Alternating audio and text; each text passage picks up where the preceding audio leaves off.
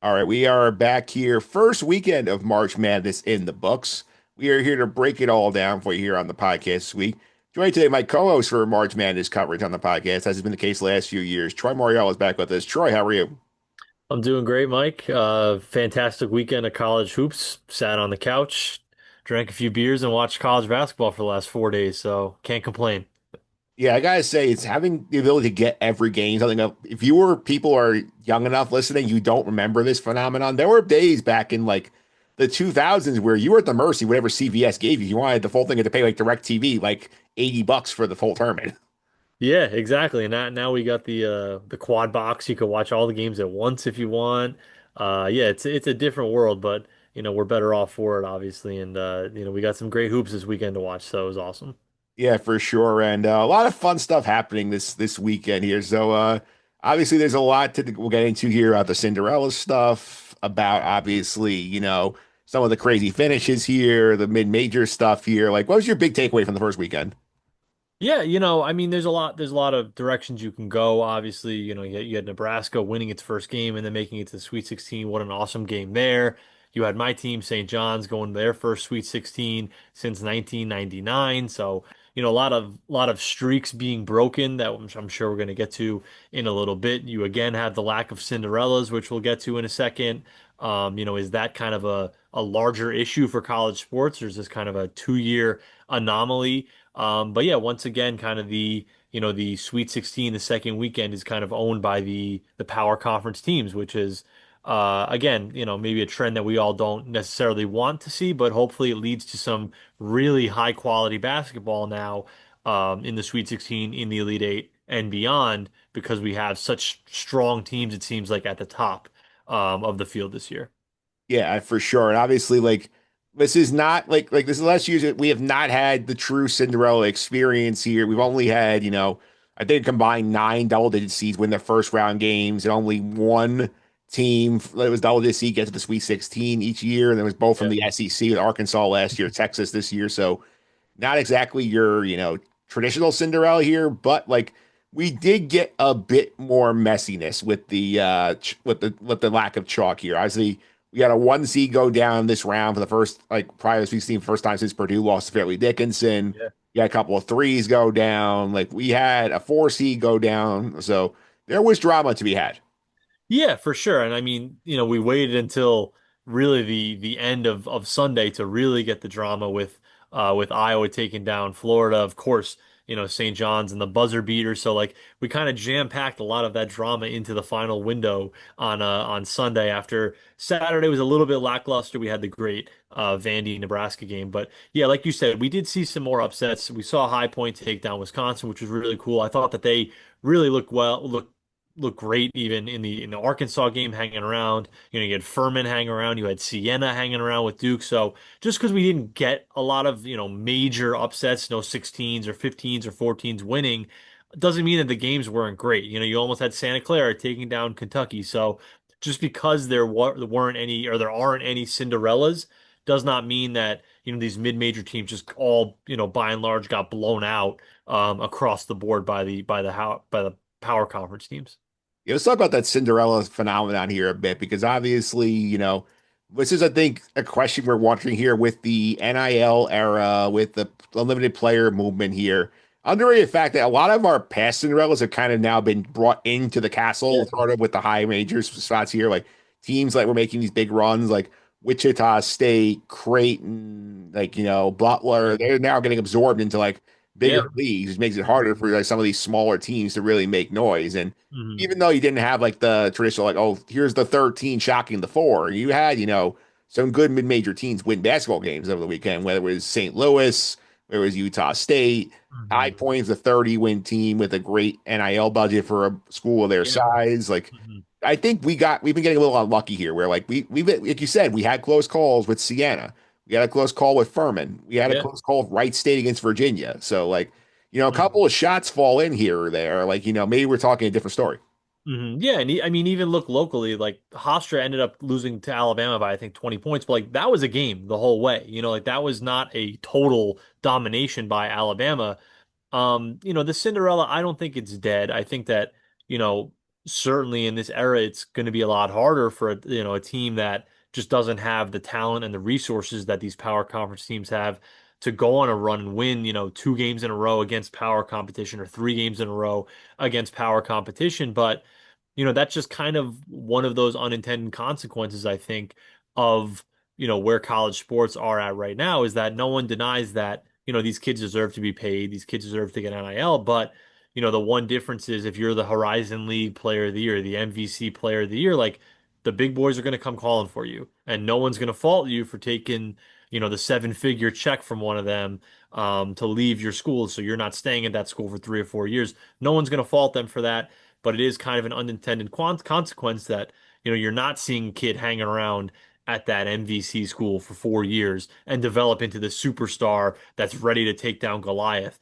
That's unfortunately probably not going to happen as much anymore.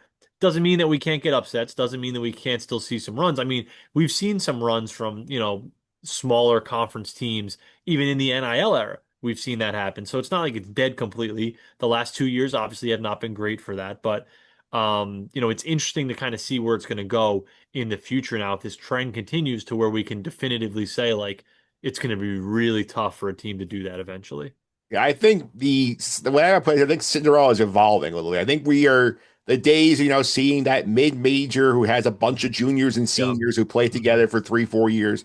That era is dead because as Yeah, soon as for sure. somebody's good, you said like, somebody from a power school, conference school say, hey, you want to come be a starter for us, and they'll go take the bag and leave. But like, Yep. I think Hmm. we're trying to figure out what is the next evolution of Cinderella, and Yeah. maybe it's a high point. High point was close. Like high point, if Darius Acuff isn't going bananas, they might win that game, be in the Sweet 16 today.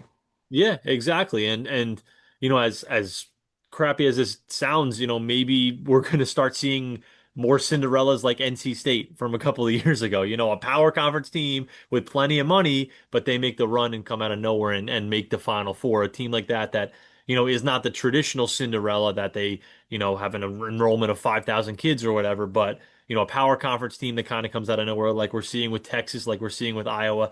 They're not considered Cinderellas. No one's calling them that, but maybe that's kind of the evolution of that, where it's not going to no longer be David versus Goliath, but it's going to be, two Goliaths and one of them just kind of came out of nowhere to make a run. I think that might be kind of where we're heading.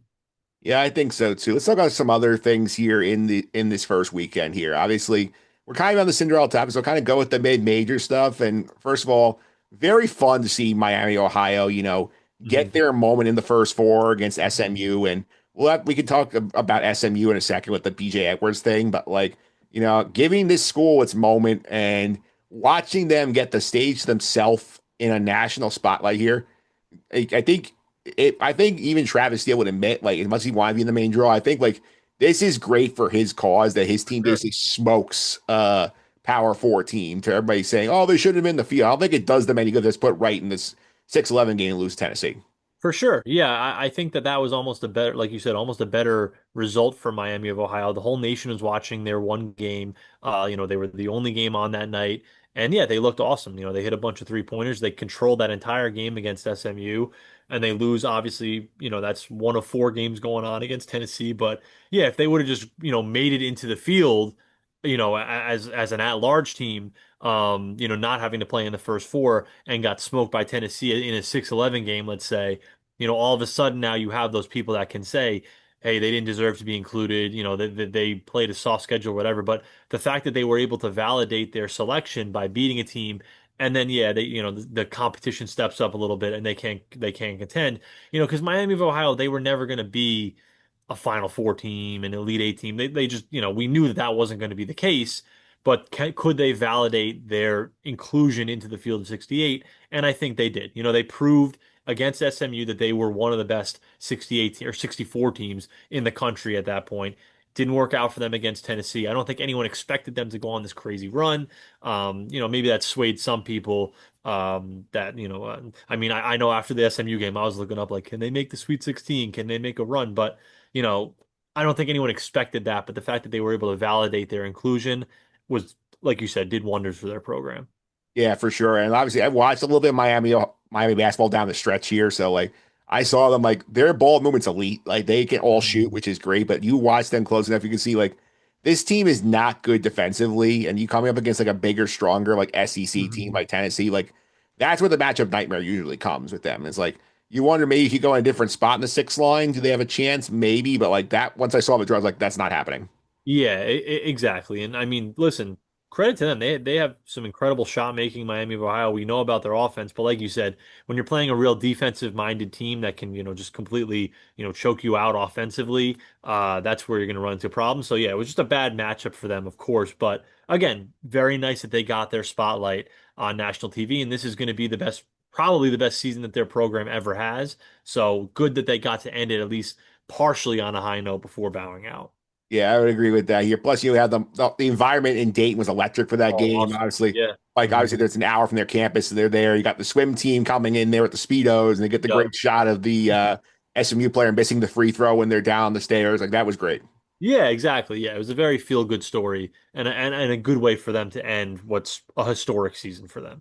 Before we continue the mid-major point, I will throw a note in on the BJ Edwards situation at SMU, and obviously it's gotten a little controversy because they make this whole declaration prior to tournament, and BJ Edwards is like their second best player, their best on-ball defender. They have make this big social media announcement. Oh, like BJ Edwards should be able to return in the NCAA tournament. Keith Gill said they were the last team and says, yeah, we evaluated them based on BJ Edwards. He's going to be there, and they're a different team with him than they are without him. We get to Tuesday, oops, he's not there. And then they kind of like say, you kind of see the social media like, oh, they didn't say when in the tournament he'd be there, but he's going to be there. I know there was some talk afterwards, like, oh, they were targeting Thursday for Mhm. or Friday, whatever they played Friday, for yeah. his first game. So like, I think this is a problem here. I think we're gonna have to keep an eye on here. And like, I'm not, pounding the table for Auburn or Oklahoma here. I don't think either of them really deserve to be in, but Mhm. like, I don't love this situation where a team basically like conned its way into the field by basically saying, "Look, we're gonna have this player and we're gonna be so much better," and then they didn't have the player. Yeah, exactly. You don't love that, and I hope that that was just kind of a unique situation that, we don't have that again, where a bubble team has a guy potentially coming back and they can kind of, juke the stats a little bit about when he's actually going to come back. And of course, like you said afterwards, the messaging was, well, he could have come back on Friday if we made it to Friday. Like, yeah, okay, but let's just hope that that was a one-off situation. That's not a theme that happens, in the future years. Yeah, it's definitely think something definitely worth mentioning here. And the other big mid-major storyline was High Point, who Hmm. has the big upset over Wisconsin. The very fun moment where the kid Chase Johnston makes his first two-pointer of the year as the go-ahead basket against at the end of the game. But I think the highlight here is the post-game interview that head coach Flynn Clayman does on TBS with Jared Greenberg. We got a great quote there. So I'm going to go ahead and pop it up for us on the YouTube version. Mike Phillips on YouTube, if you are listening here. So we're going to check out like this clip and we're going to react to the messaging that Flynn Clayton took the opportunity to give us here. So that is from obviously the post game interview on Thursday afternoon. First NCAA tournament game, Coach Clayman. It looks pretty obvious to me that high majors need to play mid majors during the season because they said we ain't played nobody. We played somebody now. How'd you do it? Feels unreal because I know how good of a team we had, but nobody would play us, just like they wouldn't play Miami, Ohio. But they got to play us in this tournament. Coach, you were down by 10 early on. What changed? We just settled in. We settled in. We got a hell of a team. We settled in. There's going to be quite the celebration here in this one. Yeah, so obviously here, this was a big thing for the mid-major program. Started a big debate for a couple of days about the scheduling problem we talked about that we're aware of. I think it brought awareness of this to the general public here. Unfortunate timing for them that CBS has a panel basically of Charles Barkley and Kenny Smith who do not understand the nuances of what's going on here because they got Chuck arguing on TV. Oh, High Point shouldn't have to be like these teams should have to go to High Point. No one is asking Yeah. like a good team to go to High Point. They're Hmm. asking to just play High Point, and Hmm. we saw this with SMU, and we saw it with them. We saw it with Miami, Ohio. Like these teams just do not want to get scheduled. I know, like I sent you off the air. I think the Fairfield women's basketball program, which from the MAC is very good. They win a lot of games. Like their assistant coaches tweeted out that like they were denied entry to a MTE event next season because all four power conference teams in it didn't want to play them. So like this is a Hmm. problem here we're gonna have to deal with here because you know I don't know what the answer is here. Maybe you Mhm. bake something into, at large situation where you have to like be scheduling a team that's, Q2 worthy, that's outside the P4 Power Four conferences in your league. But Mhm. like this model is broken here. And I think it was great by Flynn Clinton to bring public awareness to this. For sure, yeah, because like you said, I think the general public is not really paying attention to, college basketball non-conference early season scheduling procedures. That's more for the diehards that are, locked in all season long. But the fact that that comes up, where he says, they didn't want to play us, now they have to play us in this tournament. That's really good. But like you said, I'm not sure what the fix is because you can't force teams to schedule games, and it's so hard to know, which mid majors are going to be good going into a season. Sometimes you have one that's ranked so high that ends up, with some injuries or whatever that messes with it. So it's a problem for sure. I'm not denying that. I just don't know if there's an easy fix right now, especially with the NCAA where everything moves so slowly and like it's just so hard to enact any sort of change. It's a big time problem for sure, but I'm not sure what the fix is. Yeah, I know Leslie Miami of Ohio had like their whole controversy. They have three mid-major, like three non-D1 games that like the rumor had basically been they were holding those dates, hoping that somebody would lose a game and they would have to be ready to fill in, and that never happened. So Mhm. I think this is one of those things you kind of have to wait for like some sort of resolution with like the NIL portal stuff, whether it's, like a collective bargaining thing, whether it's something to give the NCAA more direct control. And maybe Mhm. you have some sort of like scheduling system here where like we match, like high achieving or in majors who think they're gonna have good years with teams looking for those games. Yeah, exactly. Yeah, and that's hopefully something that can happen down the line. But again, with the NCAA and how slow everything works, I'm not holding my breath on something like that happening anytime soon.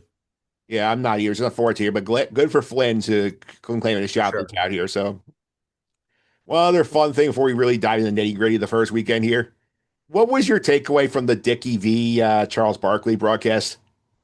Yeah, and especially with Brian Anderson dealing with whatever he was dealing with there. It was a mess, but it was nice. I'm happy for that Dickie V got to call an NCAA tournament game, that Charles Barkley got to work with Dickie V. Like those are two guys who, listen, Barkley, we know he's not aware of the college game, and Dickie V is Dickie V, but those are still two guys who are prominent voices in the sports media landscape.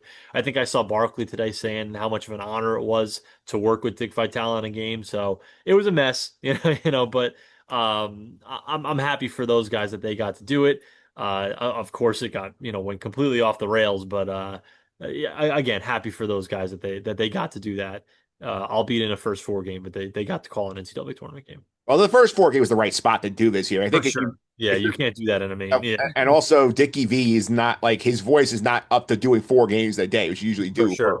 for one of those pods in the early Yep. rounds here. I think they got a bit unlucky. I think they figured Brian Anderson more of the traffic cop here and Yep. keep things Hmm. online, but he was like basically really sick that day and like Hmm. barely had a voice. And then it just evolves to the point where basically Dickie V and Barkley are doing their own podcast about the problems of college sports while the game is going on. So like I think like if you had a healthy Brian Anderson, that thing works a lot better. He's able to keep them For more sure.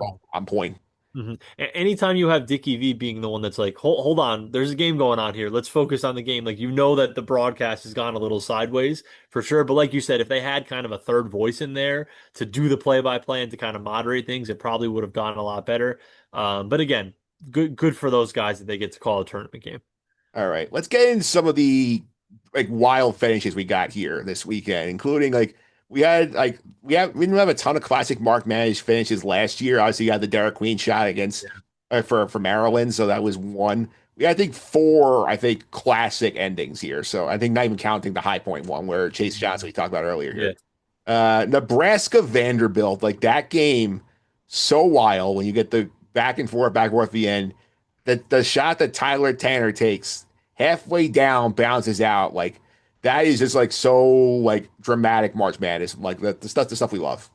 Exactly. I mean, just the complete flip of emotions, right? Like you watch that replay and the Nebraska players think that shot is going in. Like their reaction when that shot hits the backboard and hits the rim, like you can see in their faces and their body language, they think it's going in.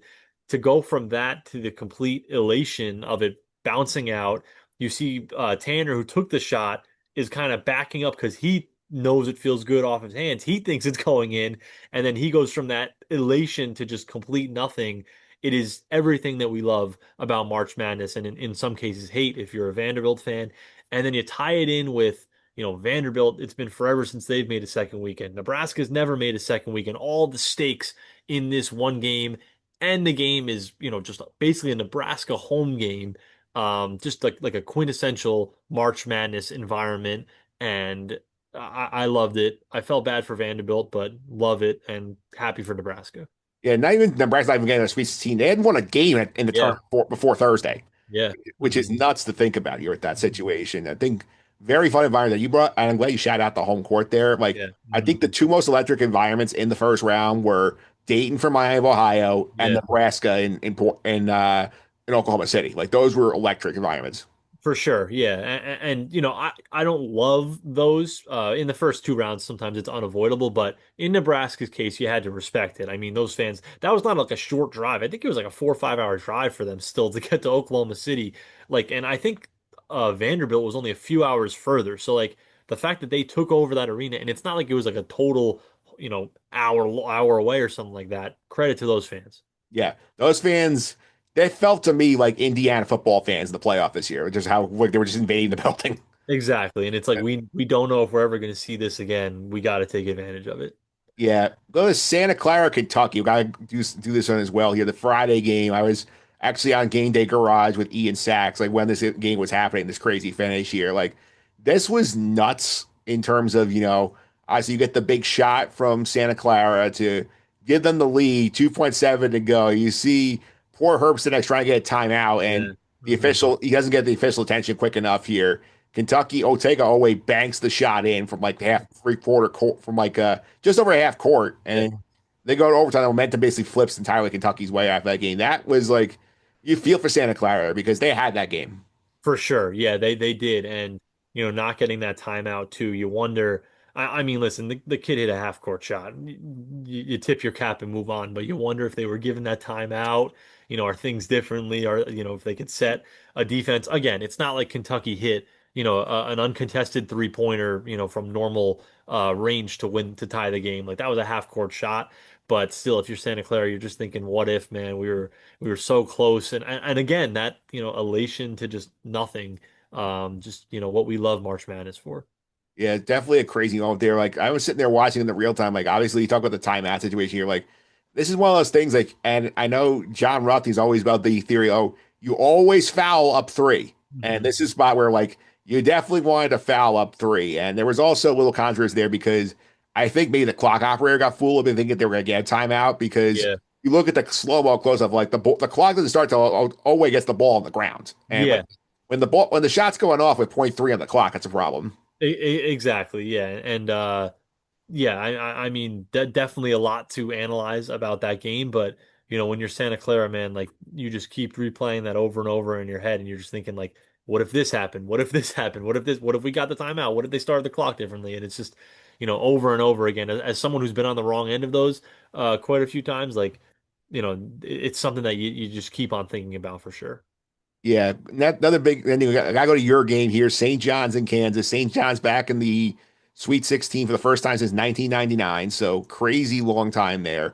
You had the obviously. I thought Kansas had the perfect game plan for St. John's. They basically packed the paint and says, "Hey, Yeah. shoot threes." And the Hmm. St. John's like took the bait and just started chucking threes left and right. Bryce Hawkins hits five, which is something that I've not seen a bit with him. So I think that was a saving grace here. And the end game strategy for Kansas after they tie the game was so bizarre because Hmm. there was a lot of they're not getting many fouls called their way, so they entered the last 13 seconds tied with two fouls, and Bill Self basically says, "Okay, foul, foul, foul, foul. Don't let them get momentum up the court."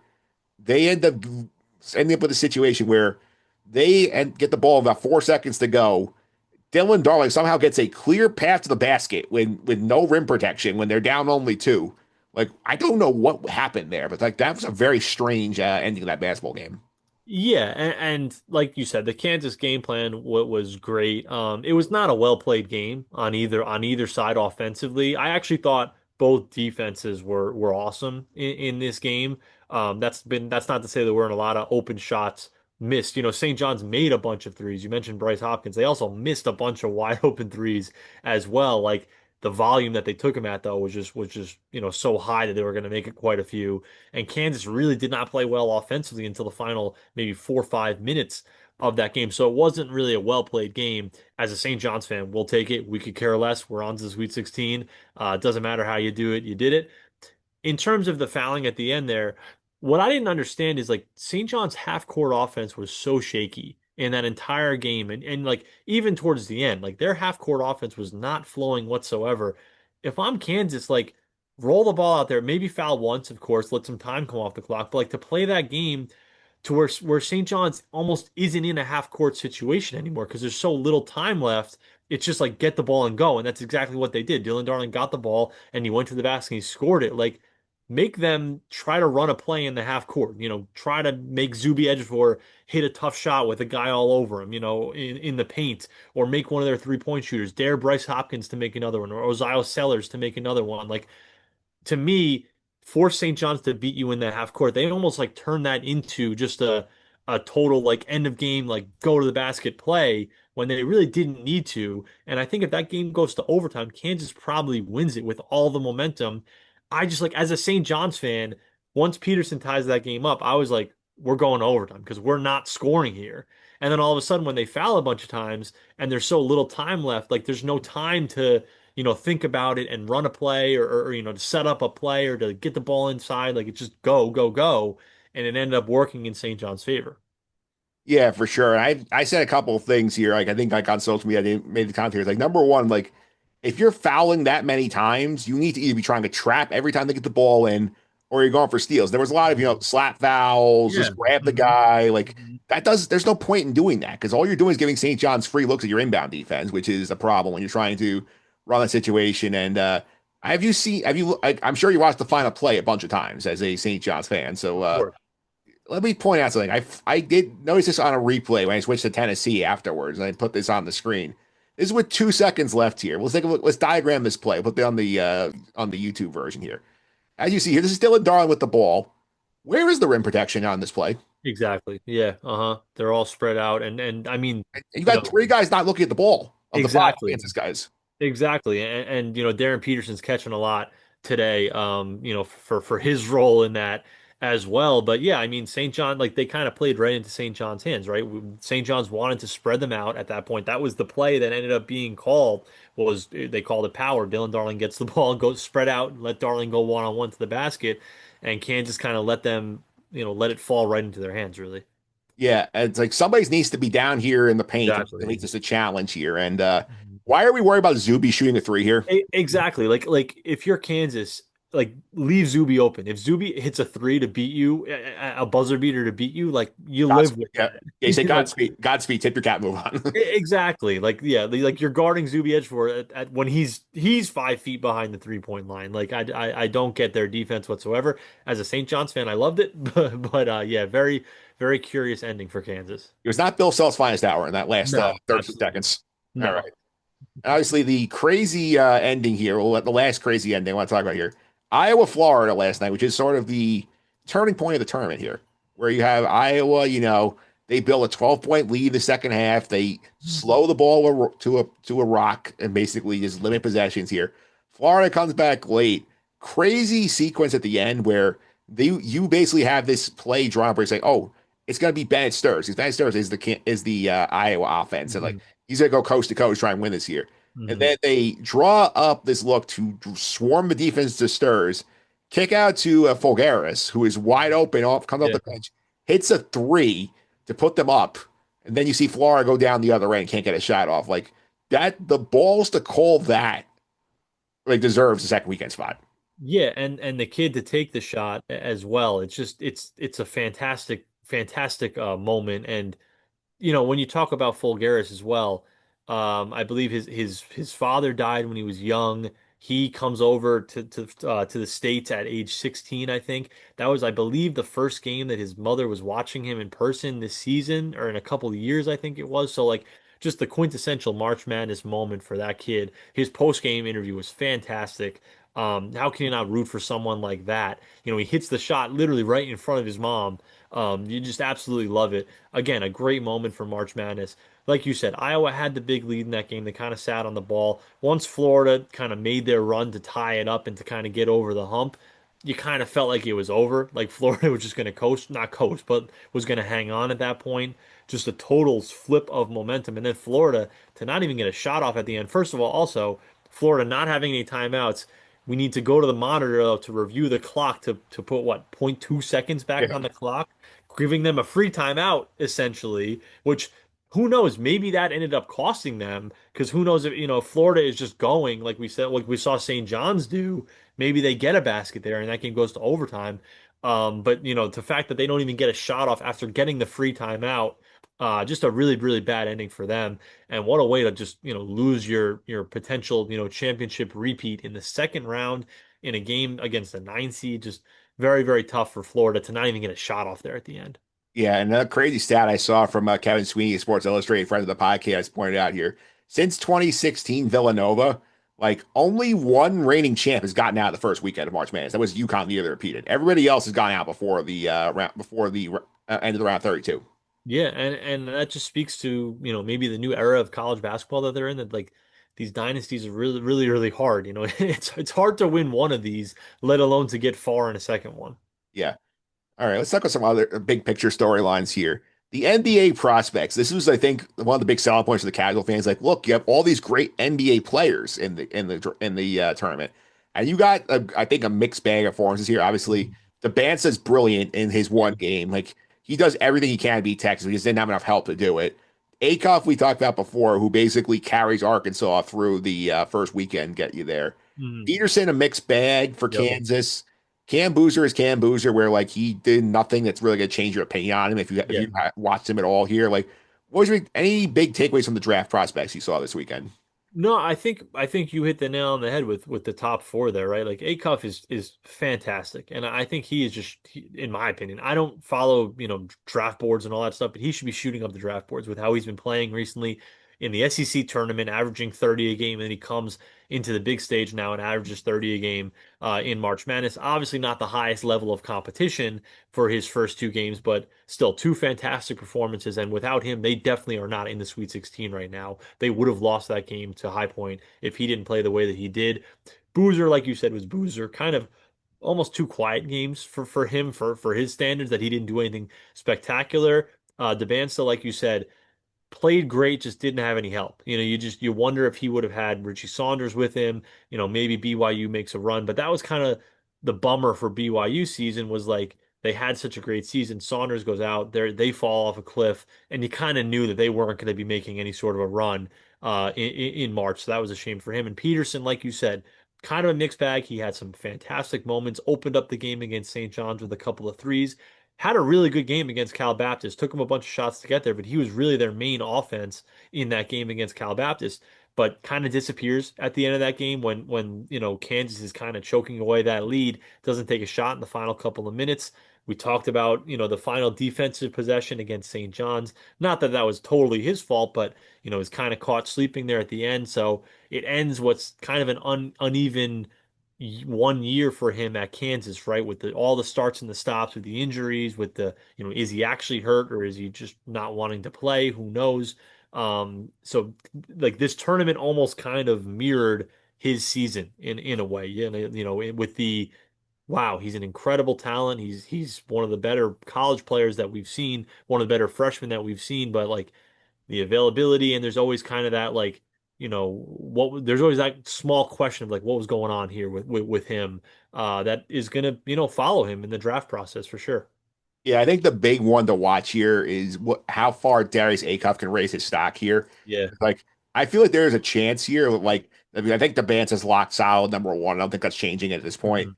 I think like Acuff has a chance here if he like has a great showing against Arizona here in the Sweet 16. And they have two NBA prospects of their own. They're in Yeah, Burries and Koa Pete. Like, yeah, there's a chance Acuff laps not only Boozer but Peterson, gets up to the number two pick, in my opinion. for sure. Yeah, I think that it's definitely up in the air, but again, a crazy freshman class, and the fact that a couple of them are still playing that are going to be at the top of the draft is fantastic as well. Yeah, a lot of them are still playing. The only ones Yeah, really most lost of them. are Out- Peterson, Demansa. Outside of those two, yeah, the rest are still in the tournament for sure. Yeah. obviously, I'll talk conference wise here. Obviously, this is a power conference party. We talk about here, like it's Hmm. all, I think the P5 is the entire Sweet 16. Yep. Can we give a shout out to the Big Ten for how great their weekend was? Because not only do you get basically five of your top six contenders through the Sweet 16, you have the most bids to the Sweet 16 with six. Yeah. Iowa knock off the Yeah. number one overall, like number one season Florida, I think the defending Yeah. champ out. That's one of the biggest upsets of the weekend. Like you have a chance theoretically, and I don't think it's great odds that this happens. You could fill the entire Final Four if things play out correctly. Yeah, that was exactly what I was going to say.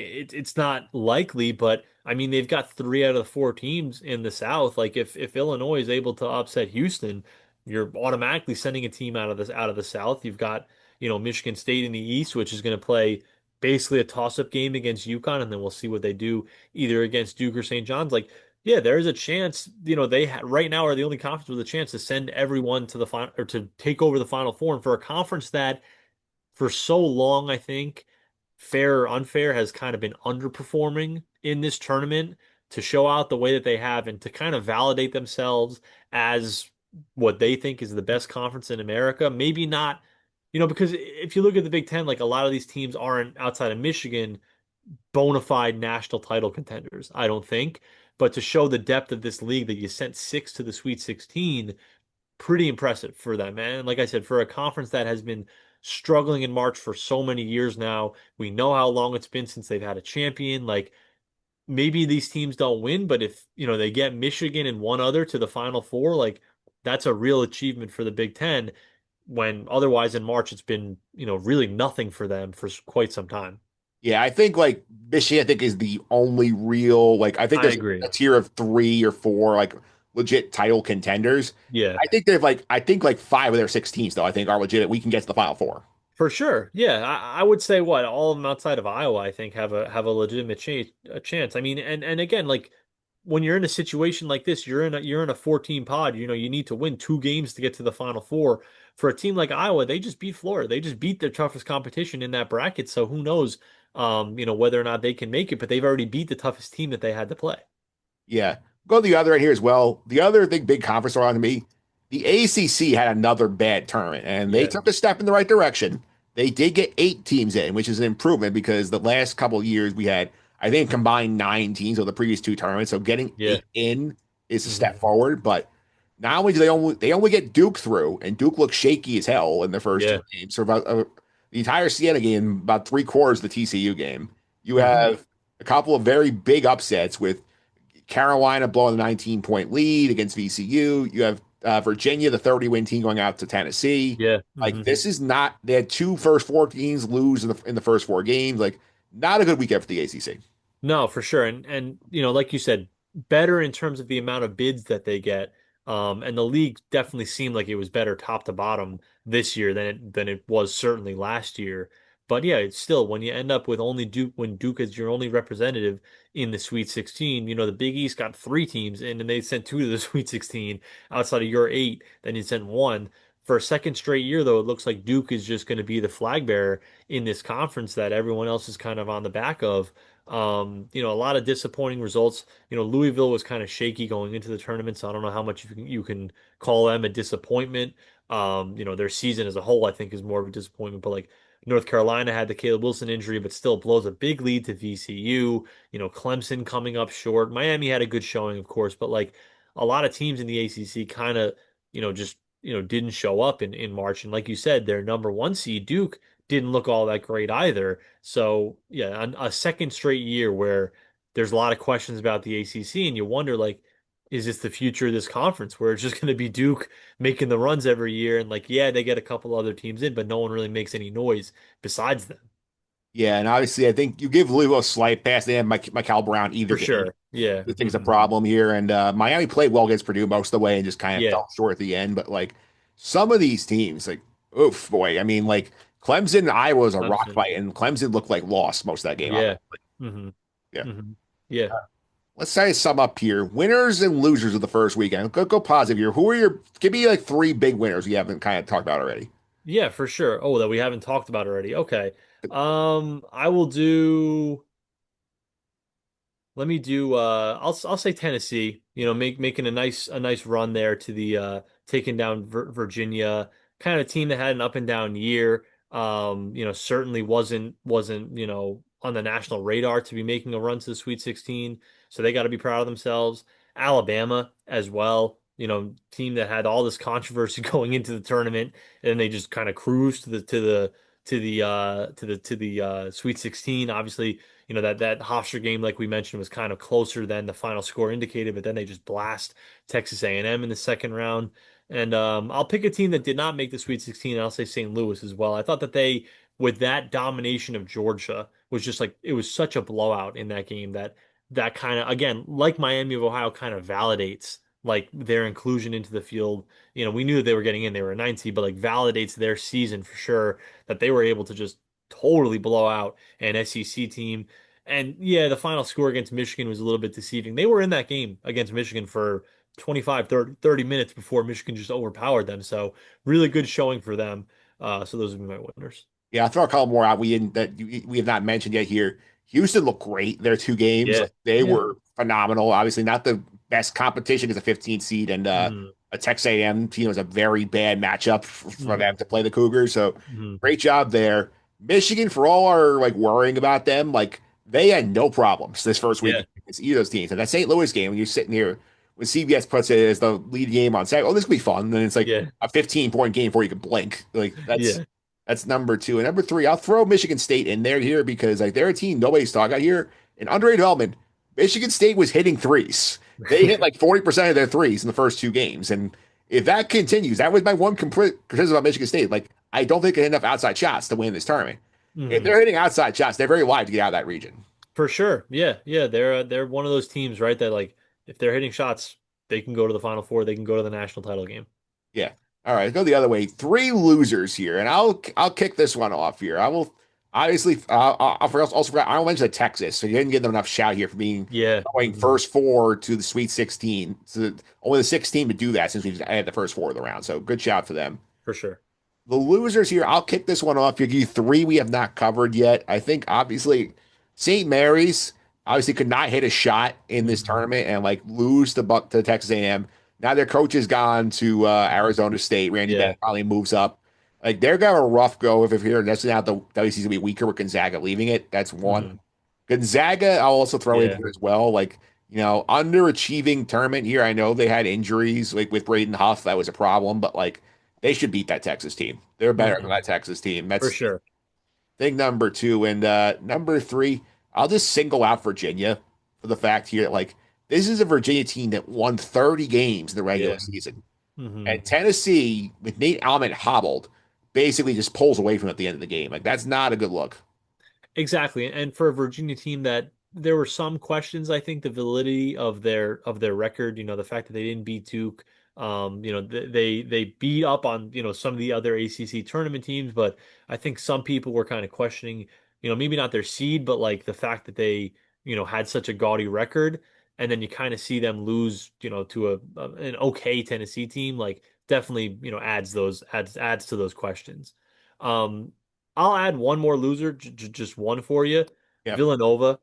I thought that, they make a ton of threes in that game against Utah State, and they still can't win that game.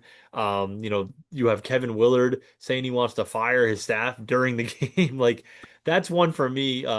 Listen, no one was expecting Villanova to even make the second weekend because they would have been playing Arizona the next round, but the manner in which they lost that game, just getting kind of blown out at the end of the game. I'm going to throw Villanova in there because their coach makes negative headlines. All the Maryland fans are dunking on them. So I'm going to throw Villanova in there as well. Yeah, I'll throw one more just to personal level here. Hubert Davis, it seems like he's a dead man walking in Carolina Yeah. right now. I mean, Mhm. like obviously they blow the big lead. There's rumors that the boosters are not happy with what he's Mhm. doing over there. Mhm. They bounced out early at tournaments. They didn't make a tournament a couple of years ago as the preseason number one. And Mhm. he has his last radio show of the season canceled. It feels like it's just a matter of like they're trying to figure out how to make the move without embarrassing Huber on the way out. But like he's basically dead man walking over there. Exactly. Yeah, I think this one was the nail in the coffin, and it's a tough one for him. Obviously, with Caleb Wilson going down, they looked like they had a team that was definitely capable of making the second weekend. But then, like in the manner that they lose too, I think if they would have just lost a hard fought game to VCU, like it would be a different story. But the fact that they had such a big lead in that game and they kind of choke it away at the end, I think that just adds to it. Okay. One more fun thing before we look ahead here.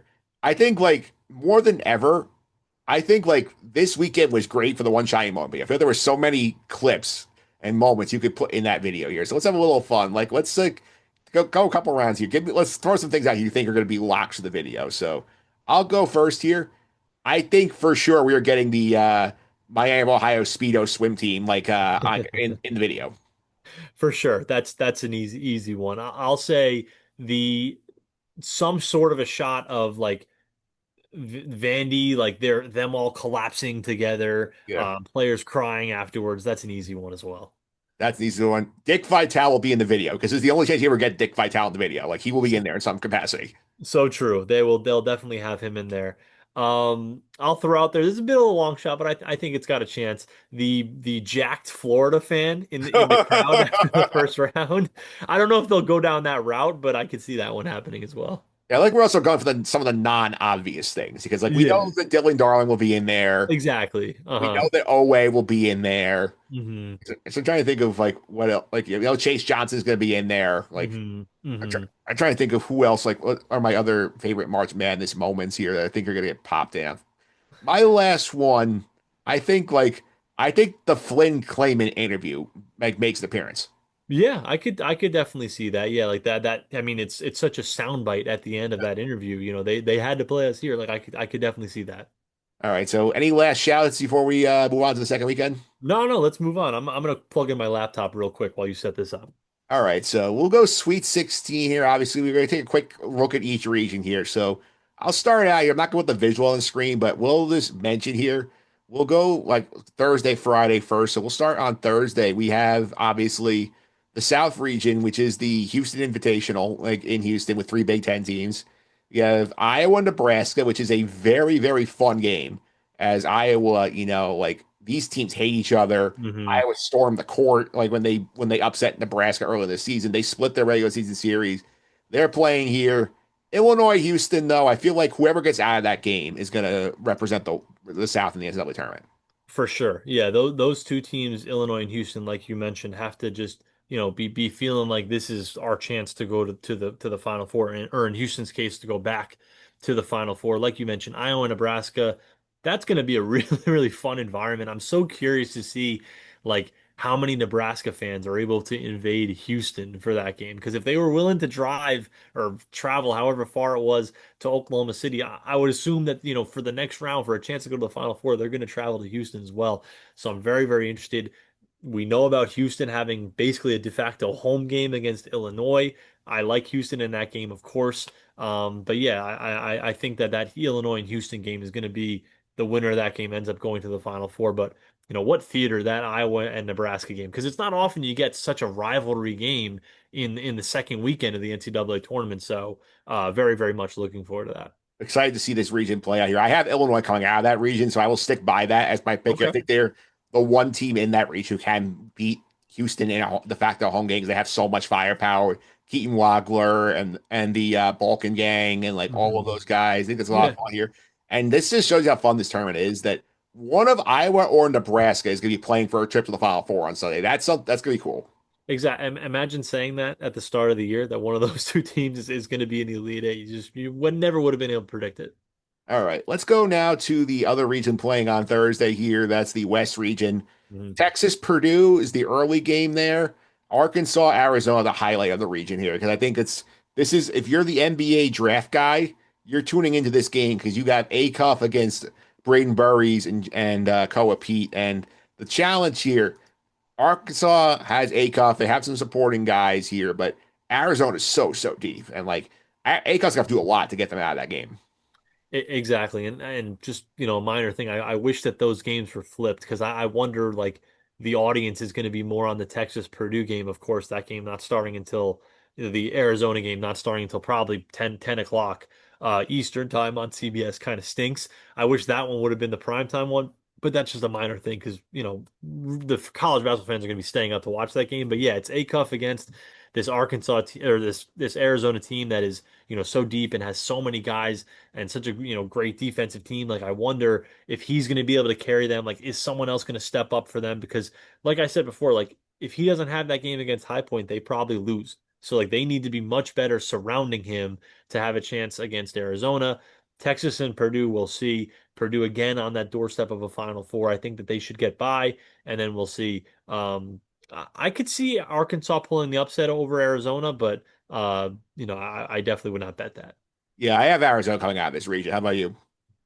I had Arkansas in my Final Four, so I guess I'll stick with it. I don't love it as much after the first weekend of games. The fact that Acuff has to do so much, but maybe he goes Superman mode and leads them to the Final Four. Because I think if they get through Arizona, as you know, I'm saying that like it's nothing, but if they get through Arizona, they probably will be favored against Purdue, I would think, and against Texas as well. So I like their chances if they can get past Arizona, but that's a tall task. Yeah, it's a tall task here, and I'm glad you mentioned the scheduling component here. I do think Arizona, I can see why they did that because this is Yeah, the West Coast the team. West Yeah. Coast team getting the later game because I think it's not fair to be asking the Arizona fans like, hey, your game's at basically like Sure. 5 o'clock your time, so like Yeah. have fun. Like I think that's better. At least it's a prime time for Arizona for like the Yep. Phoenix area, which is what your fan base is. Hmm. I'll throw a PSA out here. I want you to back me up on this because obviously one of the big complaints I saw on social media over the weekend is, why did they not stagger the games on Friday and Saturday? Why is it, one game, then six at night? Folks, CBS paid $1 billion with a B for this tournament.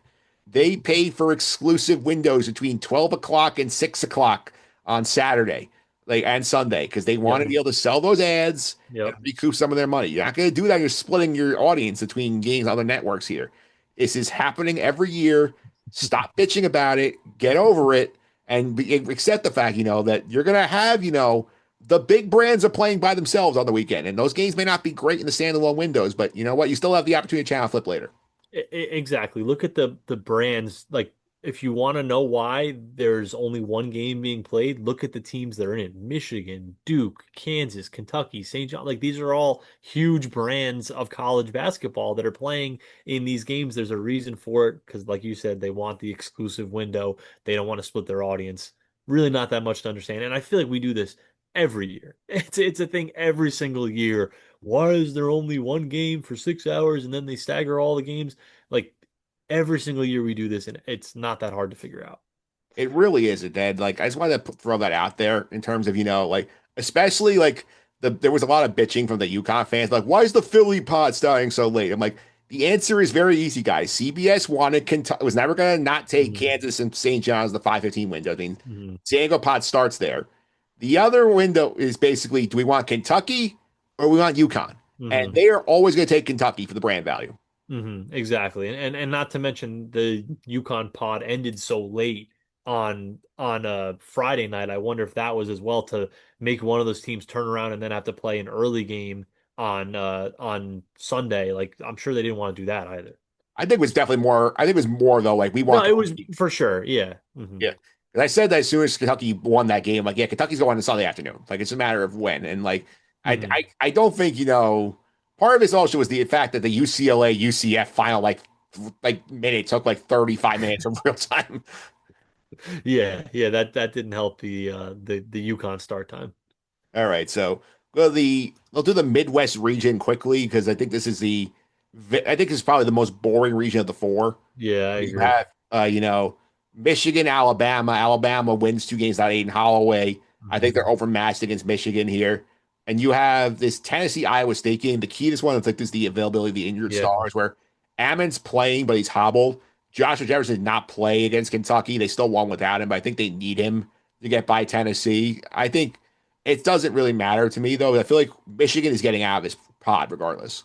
Yeah, I think we're in agreement there. I think of the remaining one seeds, I think this is probably the easiest path to the Final Four. If you're Michigan, I know that you're playing a four seed and then you're playing potentially a two, but like I don't think any of these teams have any chance against Michigan. I think, like you said, Alabama, like Michigan's going to score at will against them, and if the threes are falling for Alabama, maybe. But if those threes are not, falling at a clip they were in the first two rounds, especially against Texas Tech, like I don't know how they keep up. And then Iowa State, like you said, if Iowa State does get by Tennessee, they have the injury concerns with Joshua Jefferson. We'll see if he's available. I don't think so. That injury looked bad, and he was in a walking boot too. So I haven't seen anything, but I would doubt that he's back in a week from that injury. So that severely limits Iowa State's chances. So Michigan kind of gets a break, facing a couple of teams that are a little bit hobbled here, but I definitely like their chances to go through. Yeah, I think we forgot. A lot of people did forget this, like how skilled that Michigan front line is Yeah. with Ade Mara, with Morez Johnson, with Yaxel Landabor, who became a lottery pick last year and came back Yeah. to school to play at Michigan here. And now he's learned how to shoot outside. Like that group is so good. And Mhm. you have a veteran point guard in that group with Ellie Cadeau, the former UNC transfer. So, like, they have everything you would want to go Yeah. deep in a tournament, which is why they were my championship pick. Yeah, and you forget just how like explosive they are. Like the first round game was whatever, but the second round game, like St. Louis was hanging around there. Early in that second half, St. Louis was hitting some shots, getting warmed up, and then you blink and it's a 19-point game. Like they're just so explosive, and they just completely can just go on such a run so quickly, like you said, because of that front line. I like their chances for sure to get through. Yep. Next, last up here, the most exciting region here, the East region. The NCAA got exactly what they wanted with this region. They Yep. got four big brands in there. You can take, like, if you wanted, Troy's going to take the trip down to DC. You can take the Amtrak pretty easily, but you have to pay up to get in that building. As I've seen secondary market price as high as like $800 to get in, which is ridiculous. You have Duke St. John's. You have UConn, Michigan State. I know Dan Hurley said earlier today, like, he wants all the UConn and St. John fans to show up and root for each other and then have a bloodbath on Sunday here. So, what's your take? What's your thoughts on this region? Yeah, well, listen, I would love that. St. John's and UConn played three times this year. St. John's got two, UConn got one. Both team blew the other out in the last two meetings. If St. John's and UConn could meet up in the Elite Eight, kind of as like a middle finger to the NCAA, like you put us in the same region, and now we'll beat everyone else in the region and play each other for a chance to go to the Final Four. I would love that. I don't see that happening. Like I would love for St. John's to beat Duke, and I'm definitely not going in confident. Do they have a chance? Of course, they're a very physical team, St. John's. They play awesome defense. If they can speed Duke up like they sped up Kansas and force a bunch of turnovers, then they've got a chance. If they hit three pointers, if Bryce Hopkins gives them a bunch of three pointers like he did against Kansas, they definitely have a chance. I wouldn't put my money on that, but I do think that St. John's can give Duke a game for sure and potentially pull the upset. UConn, Michigan State, I think is just a total toss up to be honest with you. So I don't love our chances of getting an all Big East Elite Eight. But I think the NCAA like they would have taken this as a Final Four. Like if they could have got these four teams into the Final Four, they would have taken it. The fact that they're getting that in the Sweet 16 and then they're potentially getting a Duke, UConn, St. John's, UConn, Duke, Michigan State, like there's no bad matchup in the Elite Eight. There's no bad team, not bad, but there's no team that you don't really want to watch going to the Final Four out of this region. We talked about the when they revealed the bracket, and this is exactly what I think everyone wanted was these four teams. Yeah, my thoughts on some of these games here. I think Duke is a very, very bad matchup for St. John's because I know we're talking about speaking of St. John's. St. John Duke is better defensively than Kansas is, and Yeah, they have a bigger front line. I know Boozer's yeah, leaving, but getting Patrick Ganga back is yeah. It's huge huge. for Duke, and they have the ability, to they have more talent on the perimeter as well with Dame Sarr and guys Hmm. like that. I think Isaiah Evans, they'll have a good run there without Caleb Foster. That Hmm. UConn Michigan State game, I think the line's a point and a half, which I think is very appropriate for that game because Yeah. Hmm. that thing comes down to is Michigan State hitting threes? If they Hmm. are, they're going to win the game. If they're not, they're going to lose the game. I think they're playing better than UConn is right now. For sure. Yeah, UConn has been very, very shaky. And you can almost say that about UConn as well. They're obviously not known as this team that struggles shooting the three, but like they have struggled shooting the three. Like in a couple of games, Braylon Mullins has really struggled. Caravan was really struggling until he kind of snapped out of that funk on Sunday night. Solo Ball has struggled. Like they're guys who have normally been knockdown shooters from three all season long have kind of been struggling. Caravan broke out of that slump. We'll see if they can kind of Mullins kind of got going too in that game as well. So we'll see if they can continue that now into the next weekend. Okay, so who did you have out of this region in your bracket? I had Duke. Yeah, I Mhm. had UConn. I don't feel great about them after watching the first weekend. No, definitely not. But wouldn't shock me if we see Duke UConn and then it's just a fight to the death for those two teams. Yeah, and fun bit of trivia with the Michigan State thing. Like I looked saw this online. Apparently, Duke and Michigan State have been in the same region in the NCAA tournament, I think 7 times since 2005, which is ridiculous. Yeah, they love putting them together. Yeah, they do here. And if Michigan State gets that second game, this is another fun stat I sent you, or I sent a few other people here. Tom Izzo in the second game of that tournament pod, which is the quick turnaround at the scout for opponent quickly, 26-9 all time, and 7 of those 9 losses either to a number one seed or the eventual national champion. Yeah, I just, speaks to the incredible career that he's had. First of all, that he's played that many games. Second of all, speaks to his coaching job to be able, like you said, to scout an opponent quickly and to be able to, with not a whole lot of rest. Very, very impressive. Yeah, Chris Vanini put that up on social media. I'll give him a shout for that. That was a great stat to put in here. So definitely a fun weekend of ball, Troy. So we talked about this last year. You don't get the upsets early, you're gonna end up like you're gonna get rewarded for that here. Exactly. Like we said, it was an exciting first weekend for sure. We didn't see a lot of upsets. We don't really have any Cinderellas, but now we're blessed with Duke and St. John's and Michigan State and UConn on a Friday night. Like, what else can you ask for? This is now where it becomes really high level basketball in this weekend. So I'm really looking forward to it. I am too, Troy. Thanks for all the time. Really appreciate it. If you want to follow you on social media, how can I do that? Yeah, for sure. You can check me out on Twitter. It's at Troy Mauriello. The last name's Mauriello. If you're a St. John's fan, definitely check it out.